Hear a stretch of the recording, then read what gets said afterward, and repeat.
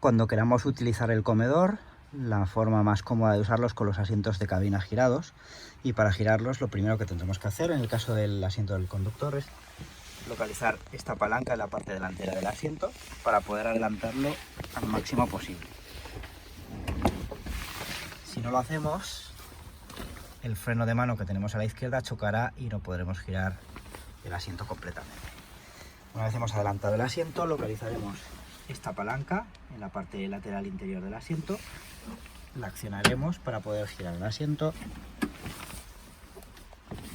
y giraremos completamente el asiento. En esta posición ya podemos buscar la palanca delantera para poder atrasar el asiento y ganar la mayor amplitud posible. En el caso del asiento del acompañante, no es necesario adelantar totalmente el asiento, a no ser que la inclinación del respaldo haga que choque con el pilar de la puerta. En este caso no es necesario.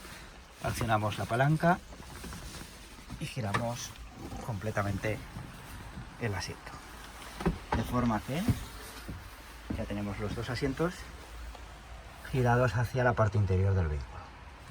Para terminar, en el caso de que tengamos mesa tipo libro, lo que haremos será desplegarla, y en el caso de que vaya a comer alguien en el asiento del acompañante, lo que haremos será utilizar el suplemento de la mesa que se saca estirando de esta palanca que veis bajo el tablero